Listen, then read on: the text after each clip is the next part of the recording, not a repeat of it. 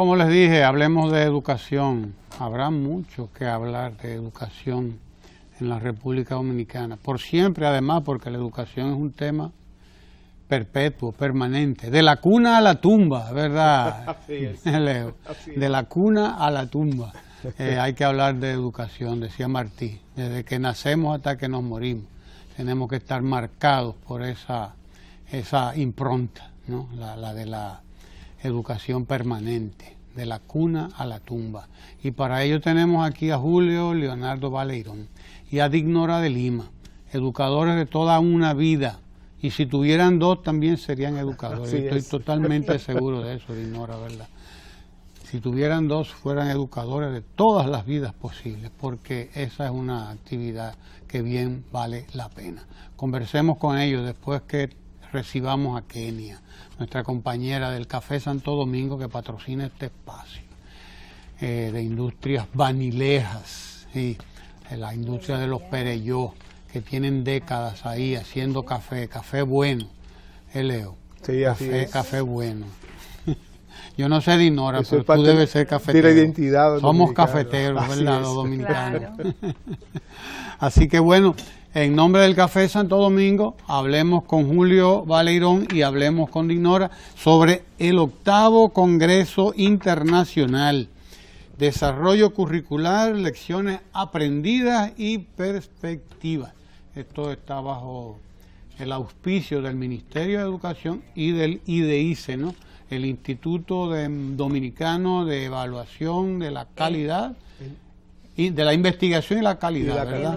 Educativa. Eso es lo que vamos a hacer. Presentemos este congreso. Como tú has estado aquí recientemente, deja que sea Dignora quien lo haga. Leo, adelante. Bienvenida, Dignora. Sí, gracias. Bueno, el congreso es una de las actividades académicas más importantes que realiza el IDEICE, entre otras. Es para nosotros el buque insignia, o uno de los buques insignia, porque tenemos muchas tareas enfrente. En este congreso usualmente se reúnen investigadores que han realizado investigaciones tanto nacionales como internacionales en el ámbito educativo. En esta ocasión vamos a presentar 48 estudios, todos muy relacionados con toda esta revolución educativa que se está desarrollando en el país. Nosotros nos estamos enfocando principalmente en lo que es el núcleo de todo movimiento educativo real, que es el currículo, y el enfoque es sobre los aprendizajes, sobre las variables que influyen en el aprendizaje, y para eso hemos pensado en 6 paneles. Cada uno de esos paneles reúne diferentes tipos de investigaciones. Uno de los paneles, por ejemplo, trata sobre políticas educativas.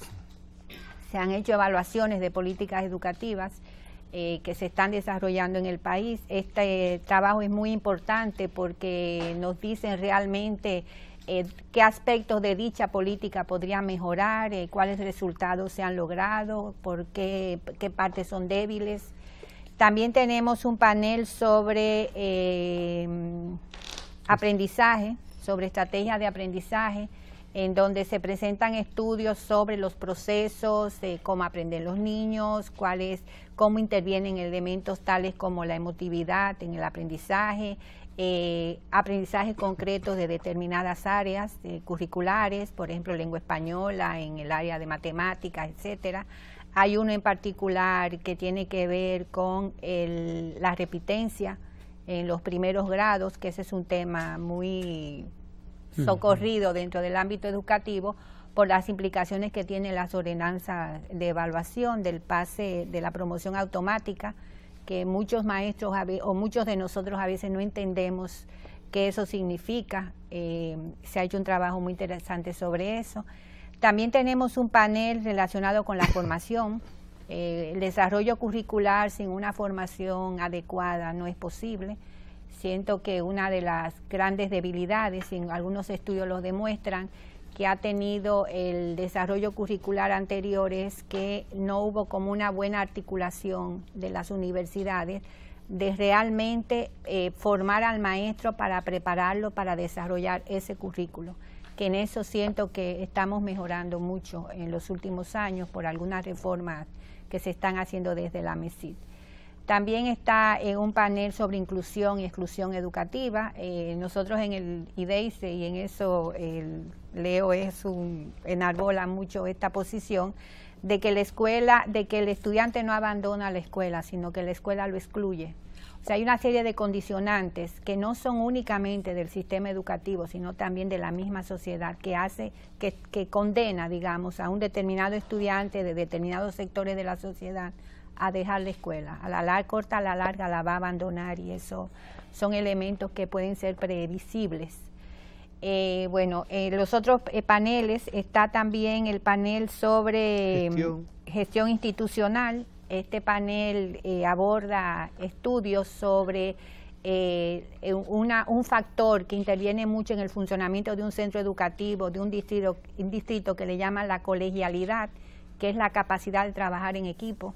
Hay varios estudios sobre ese tema, entre otros. Tenemos también un conversatorio. Esto no es propiamente la presentación. Además de los 6 paneles, vamos a tener un conversatorio que no es propiamente presentar investigaciones, pero es una estrategia de que varios actores, por ejemplo, diseñadores de currículum, directores generales, puedan tener intercambio con el público asistente y comentar y ver su perspectiva. En este conversatorio van a haber 3 rondas, donde va a haber temas como sobre inequidad, sobre la violencia, que es un tema que nosotros tenemos que atender muy fuertemente, y sobre medio ambiente. Eso en líneas generales. Sí. ¿Cómo ustedes esperan que este Congreso pueda impactar? ¿Qué tipo de impacto puede tener un Congreso como este en la educación dominicana, en el magisterio? Leo, ¿tú qué me dices? Sí, bueno, de hecho, el fin del Congreso, y en ese sentido de los congresos que nosotros hemos organizado, es justamente de alguna manera impactar en la sociedad dominicana, en la educación dominicana, y de manera particular en el maestro. Por ejemplo, de hecho, nosotros buscamos la manera de que en cada congreso nuestro los maestros estén presentes. Vaya una buena delegación de maestros, e inclusive buscamos la manera de que estos maestros asegurarle su estadía en el Congreso, sobre todo en esta parte que Dinora explicaba, que es el segundo día, que tiene que ver con los paneles, y el tercer día que tiene que ver con un coloquio. Y nosotros traemos maestros de la frontera, traemos maestros de Montecristi, aquí van a estar maestros de Nagua, Puerto Plata, y a esa gente que viene, esos maestros, esos docentes, esos técnicos que vienen de la zona más lejana, nosotros los hospedamos en el hotel. Le damos un día, una noche de hospedar, para lograr que ellos participen, o sea, que tengan la oportunidad de escuchar, de hacer preguntas, de reflexionar con investigadores, con personas que han dedicado mucho tiempo al estudio de la educación. ¿Son ellos multiplicadores? Y ellos de alguna manera sí son multiplicadores, y nos damos cuenta cuando nosotros caminando por las escuelas que muchos maestros nos dicen que cómo les sirvió escuchar, o cómo les sirvió algunas de las cosas que vio allí y que de alguna manera le permitieron hacer cambios en su práctica docente. Lo mismo que los directores, cuando tienen la oportunidad de escuchar las investigaciones sobre gestión educativa, por supuesto eso le da también nuevas herramientas conceptuales y prácticas, digamos, para poder encarar los temas que el día a día tiene todo maestro, tiene todo director. Fíjate que, por ejemplo, este es el octavo congreso. Eso significa que hemos tenido 7 congresos anteriores. Recuerdo ese primer congreso que le llamamos mañana puede ser muy tarde. Mañana puede ser muy tarde. Es decir, los temas educativos son temas de hoy. O sea, yo no puedo estar llorando las realidades que hemos pasado y las que estamos pasando, sino afrontar lo que la realidad educativa nos plantea en el día a día. Y así hemos ido construyendo toda una estrategia de comunicación desde los congresos, como usted decía, que van desde ese congreso, mañana puede ser muy tarde, al segundo que decía investigación para el cambio, o conocernos para corregir errores y echar hacia adelante. Y luego este octavo congreso que hemos querido, y lo estamos visualizando no solamente para este año, sino para años venideros, que nos concentremos en el tema curricular. ¿Por qué? El currículum es la carta magna de la educación. El currículum es la propuesta que la sociedad se da a través de la educación como aspiración del ciudadano que quiere formar, del ciudadano que quisiera tener en el país.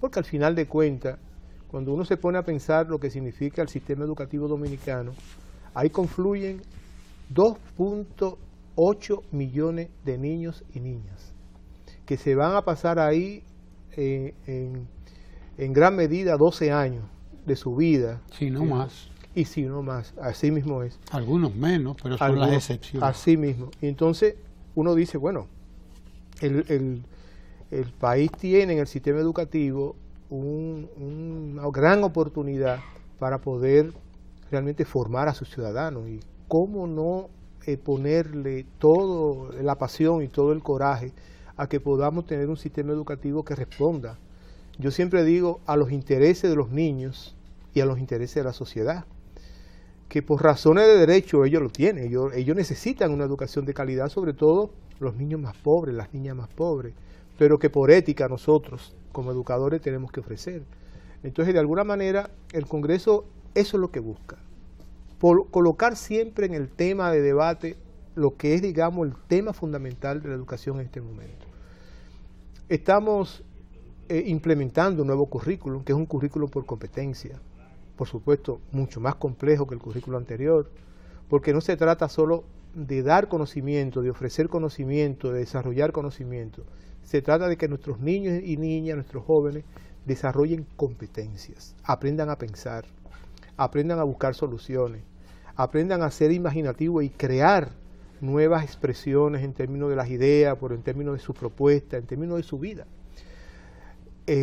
Una competencia como es, por ejemplo, la ética y ciudadana. Nosotros acabamos de hacer un estudio de educación cívica y ciudadana, y uno ve que todavía el joven, fueron jóvenes de octavo grado, o sea, estamos hablando de jóvenes de 12 años en promedio, todavía el joven tiene a la escuela como la institución de mayor confianza, por encima de todas las instituciones.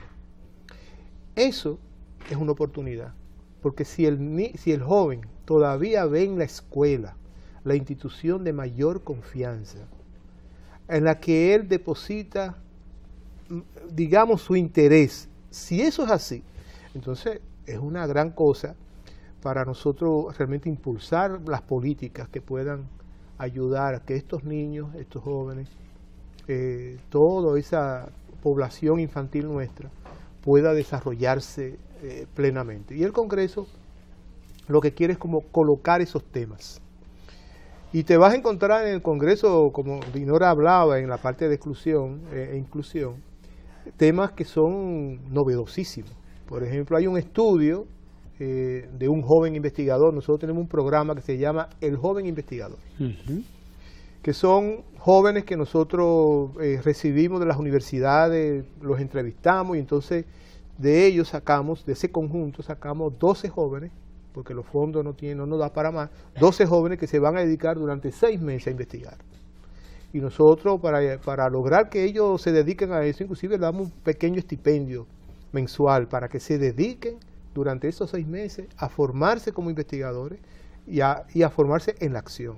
Y hay un estudio que es nuevo, y yo creo que a la verdad que deberá despertar la curiosidad de mucha gente, que se llama La escolaridad en los niños pacientes de cáncer. Óyeme, cuando él nos planteó ese tema, yo decía, pero dime, ¿cómo? Dice, no, mire, él ha hecho acercamiento desde sus estudios de psicología que estaba haciendo, ha hecho acercamiento a esos niños, a esa población, en el Robert Reed y en otros hospitales. Y efectivamente, el estudio es interesantísimo.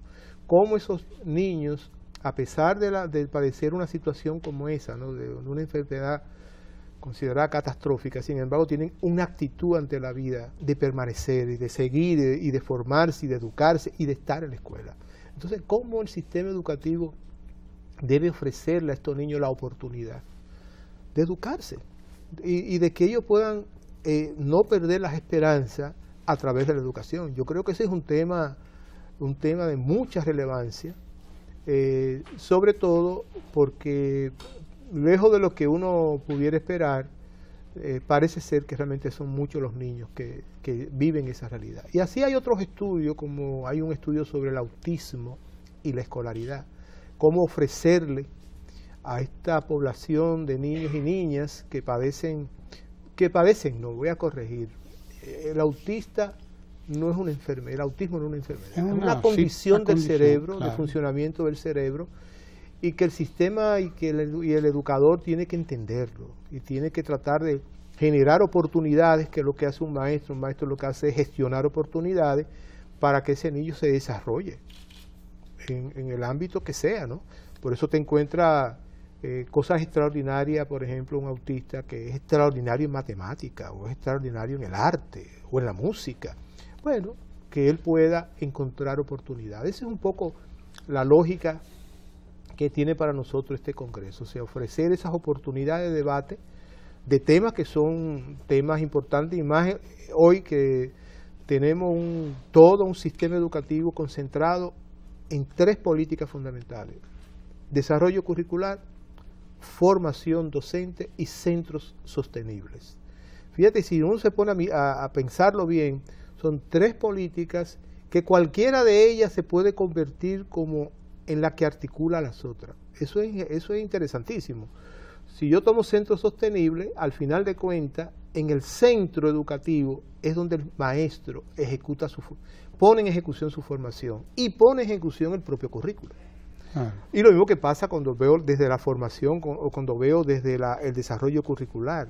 Son 3 políticas que están entrelazadas, están unidas, y la idea nuestra es poder ofrecerle a los educadores y al sistema educativo en sentido general que tome en el Congreso el espacio para debatir. Yo digo que este es un Congreso de la Dirección Nacional de Currículum, para que ella pueda aprovechar este espacio, profundizar, escuchar al maestro en torno a todos los procesos que se siguen de implementación del currículum, que escuche a los directores, que escuche a los investigadores y que pueda establecer un diálogo con ellos. Y de hecho el conversatorio va a ser un poco especializado en eso, en que tengamos una oportunidad de diálogo sobre un tema tan complejo, al mismo tiempo tan delicado como es currículo. Ustedes tienen varias décadas ya sumergidos en ese mundo de la educación dominicana, y por lo tanto ustedes están en una posición privilegiada, además ahora desde el IDEICE, el Instituto de Investigación y Evaluación de la Calidad Educativa. O sea, ustedes están metidos ahora mismo, por lo tanto, también en una parte cardinal, ¿no? Muy sensible del sistema educativo dominicano. Todo ese tiempo que ustedes tienen dedicados a esta educación les puede servir para hacer ahora arreglos, comparaciones, revisar el sistema educativo. ¿En qué momento estamos nosotros, según ustedes, actualmente, en lo que a educación se refiere? Está el país. Porque hace un tiempo que venimos hablando desde el plan decenal y de todas aquellas cosas que venimos después, ya antes del plan, después del mismo plan, ahora mismo que estamos en medio de lo que el propio ministro define como una revolución educativa más de una vez, y él insiste en ello, ¿no? ¿Cómo ustedes perciben, cómo ustedes ven en comparación con otros momentos que también a ustedes les ha tocado vivir en la educación dominicana? Cuéntanos, Dignora. Bueno, te voy a decir desde mi perspectiva, y creo que es compartida también por otros compañeros en el IDEICE. Yo creo que nosotros estamos ahora en un momento interesantísimo desde el punto de vista de la investigación, y es que estamos empezando a tomar en cuenta con más frecuencia investigaciones para tomar decisiones y definir políticas. Creo que ha sido un esfuerzo de parte del ministro actual de poner énfasis, de colocar el énfasis en apoyar este tipo de iniciativas, y creo que para el país es muy importante. Nosotros creemos que una de las funciones del IDEIS es precisamente esa, es fortalecer la cultura de apoyarse en estudios, en datos objetivos para tomar decisiones importantes. Pienso que eso es algo que en el país es relativamente novedoso, porque como tú sabes, muchas decisiones se toman de manera coyuntural, apoyándose en elementos quizás no necesariamente los más objetivos. De todas maneras, esto no significa que lo que se haya hecho no haya servido, porque creo que todo este proceso educativo en que hemos estado sumergidos desde la fundación de este país ha aportado de alguna manera u otra para lo que hoy somos. Incluso mucha gente que a veces percibe la situación educativa de una manera muy pesimista, yo le planteo, bueno, ¿cómo, si tú comparas la educación en términos de lo que del alcance que tiene, de la población que ya puede ser educada, que antes no lo era, de los esfuerzos que se hacen para ser cada vez más inclusivo con todas estas campañas de alfabetización de adultos? Si nos comparamos, ¿hay o no hay progreso? Y sí lo tenemos. Ahora bien, eso no significa que podamos mejorar mucho más. Y creo que tomar como punto de partida lo que es la investigación para tomar decisiones, para trazar políticas, creo que es un momento interesante en el que nos estamos encontrando en esto ahora. Nosotros, yo estaba viendo, Julio, antes de que tú entres ahí mismo, precisamente, creo que la semana pasada se llevó a cabo un proceso maratónico que llevó a cabo el Ministerio de Educación de evaluación de los docentes, decenas de miles de docentes. Yo no sé cómo se hacen ustedes, pero la verdad que es un trabajo titánico, pero había que hacerlo, desde luego. No sé, y hay que seguir haciéndolo, claro. Además, obligatoriamente. ¿Qué conclusiones, qué ustedes pueden contarnos sobre ese mismo proceso de evaluación? Porque ustedes son protagonistas precisamente de él. ¿No? Ustedes son los que viven arriba de este tema. Entonces, ¿cómo ustedes perciben eso que ha estado ocurriendo ya en estos días? Sí, mira, y uniéndolo con lo que Dinora decía sobre lo que son, digamos, los grandes retos que afrontamos hoy día, definitivamente que el tema docente se constituye como en la pieza clave de todo este proceso. Hoy el gobierno está enfrascado en el tema de República Digital. Eso nos habla, y nosotros tenemos de hecho el coloquio, lo vamos a especializar. Más que República Digital, decimos los retos que tiene la educación en un mundo digital. En un mundo donde de pronto ya el conocimiento no es privado, el conocimiento es público. O sea, cualquier estudiante en cualquier momento coge su teléfono celular y entra al Google y pone una palabra y ahí va a encontrar todo lo que los libros de texto ni siquiera tienen. Entonces, de alguna manera, eso tiene implicaciones muy importantes en el tema educativo con respecto al hoy y hacia el futuro. Es decir, el mundo cambió, la tecnología y el conocimiento científico nos ha cambiado el entorno. Entonces tenemos la necesidad de un docente que se sitúe en ese mundo, de un docente que sea capaz de comprender ese mundo y de alguna manera montarse en él, porque no tiene otra. De hecho, en este proceso de evaluación de desempeño van saliendo cosas interesantes. Hicimos un instrumento que los maestros lo pudieron trabajar con él, que le llamamos el ejercicio profesional. Y en ese instrumento le planteamos al maestro situaciones de aula de todo tipo.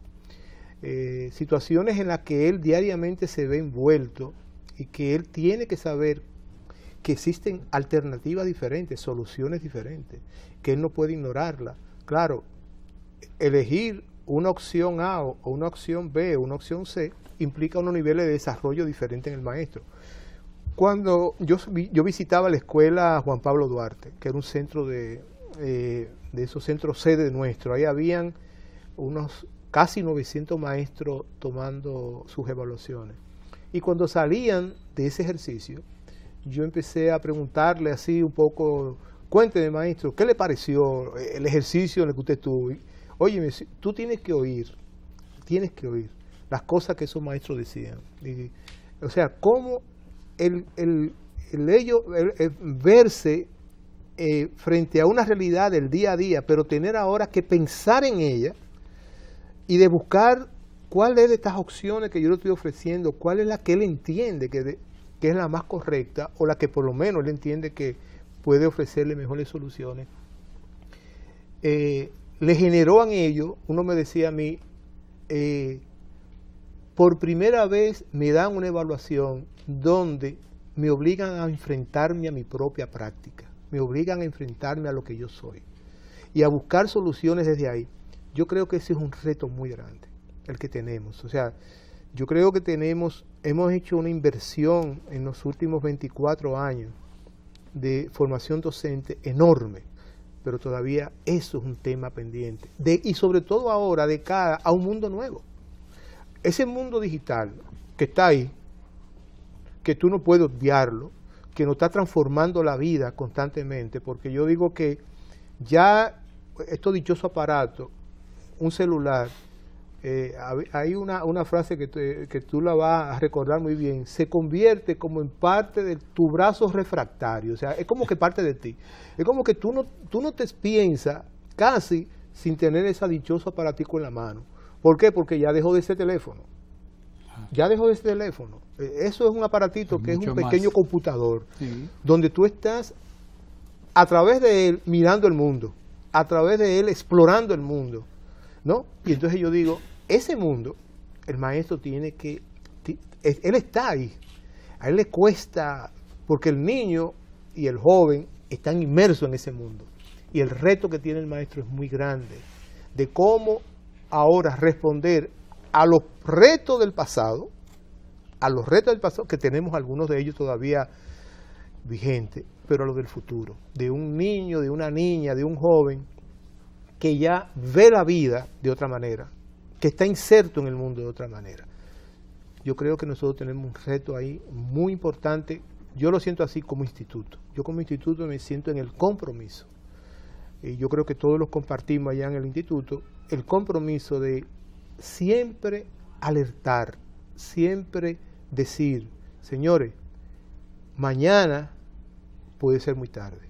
O sea, corramos, seamos capaces de ser mejores. Hoy.